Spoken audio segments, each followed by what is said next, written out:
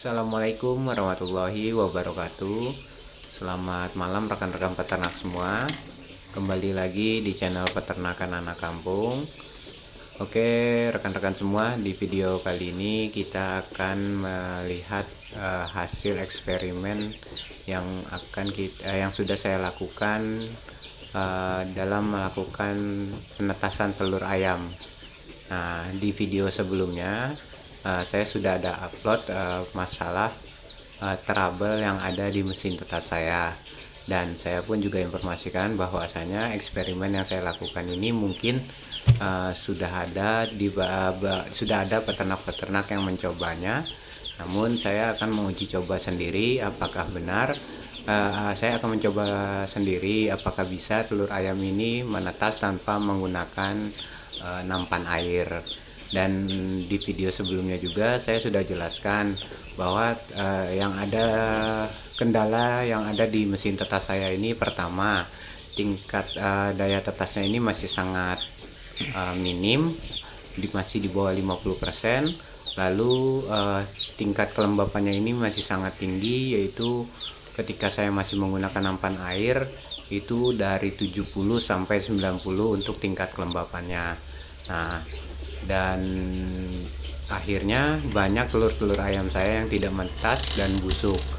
Nah, di video kali ini makanya saya mencoba melakukan eksperimen, dan ini pun bukan untuk ditiru ya rekan-rekan. Saya hanya berbagi pengalaman apakah nantinya ini bisa menetas telur-telur ayam yang ada di mesin tetas saya. Nah, di dalam mesin tetas yang saya akan lakukan eksperimen, saya menggunakan 11 telur ayam kampung asli. Nah, ini hasilnya rekan-rekan.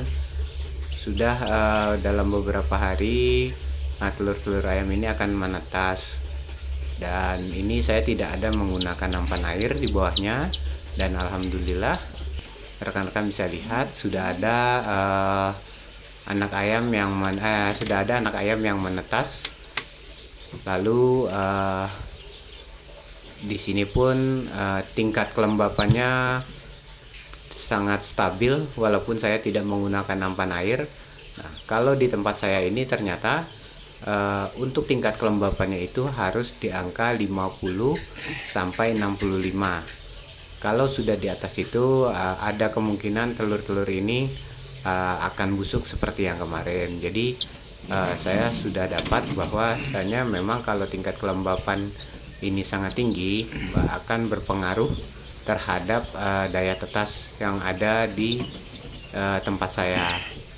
Nah, dan rekan-rekan bisa lihat ini saya sudah tambah lagi 2 ekor yang menetas.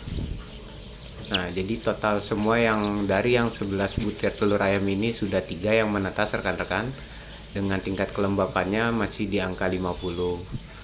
Nah, jadi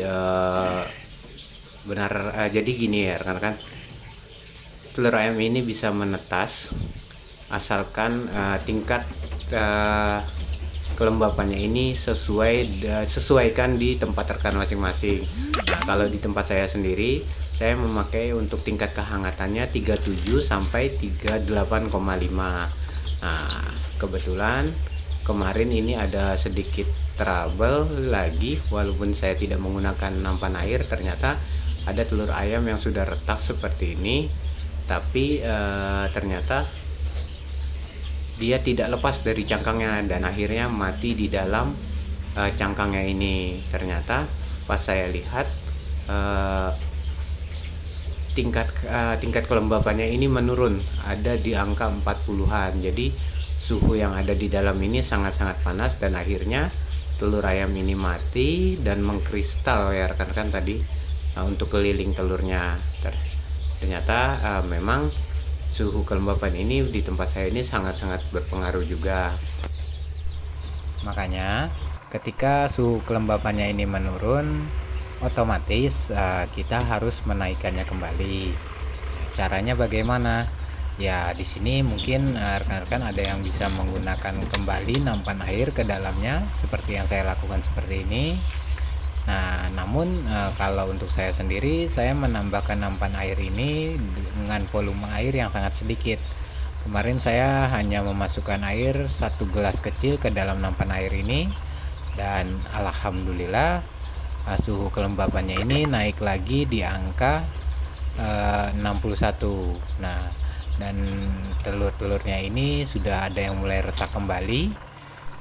Dan jika rekan-rekan tidak ingin menggunakan nampan air, rekan-rekan bisa menggunakan semprot, lalu rekan-rekan semprotkan saja ke dinding-dinding mesin tetasnya.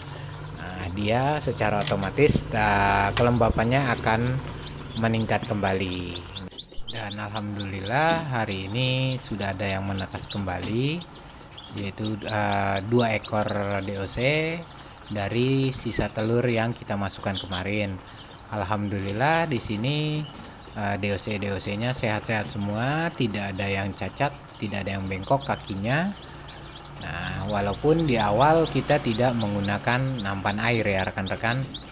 Jadi total dari 11 butir telur yang kita masukkan ke dalam, ini tinggal 5 butir lagi ya rekan-rekan.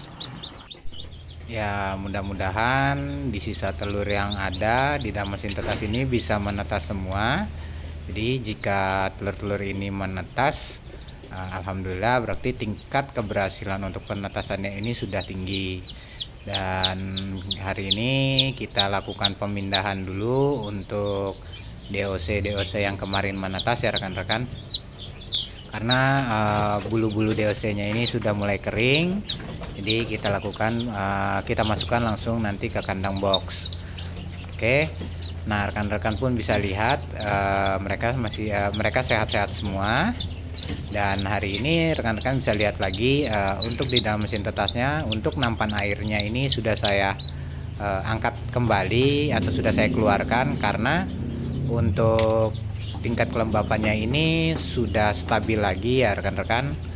Makanya untuk nampan airnya ini saya keluarkan. Jadi buat rekan-rekan bisa lihat kembali. Nah, ketika saya sudah saya keluarkan lagi nampan airnya, untuk tingkat kelembapannya ini masih tetap stabil di angka 55. Dan di sini pun telurnya sudah ada yang retak kembali ya rekan-rekan. Mudah-mudahan ini telurnya bisa menetas. Jadi buat rekan-rekan semua, ini di hari yang selanjutnya, nah rekan-rekan bisa lihat suhunya tetap sama di angka 37 sampai 38,5. Nah, alhamdulillah telur yang retak kemarin ini sudah menetas ya rekan-rekan.